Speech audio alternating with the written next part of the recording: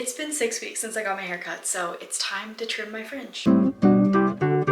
This is what we're working with. This is day 3 hair. So I'm gonna go shower and then we'll have a clean slate. Okay, hi. 10 out of 10 shower and my hair is very clean. I'm not sure if you can hear the music playing outside right now, but if you can, just ignore it. The fringe that I'm going for today is just kind of a choppy, rough, short fringe. There are a million types of fringe. So if those inspo pics aren't exactly what you're looking for, then maybe this isn't the tutorial for you. And that's totally fine. But anyway, let's get into it. After my shower, I let my hair dry in a towel for about 5 minutes before using my Dyson to blow dry it flat down. Obviously, you can use any hair dryer and any comb. I'm working from side to side, so blowing the air from the left, then from the right, and then straight down. And that's basically just to make sure there aren't any weird cowlicks or parts, and we just want it lying flat and smooth. So at this point, my fringe is 100% dry, and the rest of my hair is probably 90% dry. I'm putting my hair up just to get it out of the way, but that's kind of personal preference. I find that it's easier to sort of section it off, and that's what I'm doing right now with the comb. I'm just pulling out all of the pieces that could be associated with fringe, and that just helps it blend better at the end. I'm using little hair cutting scissors that I got at Boots, I think, and I always start in the middle, taking the first cut just barely longer than the length I ultimately want it to end up. Then I work out toward the sides, just sort of using those middle pieces and any other pieces that I've cut along the way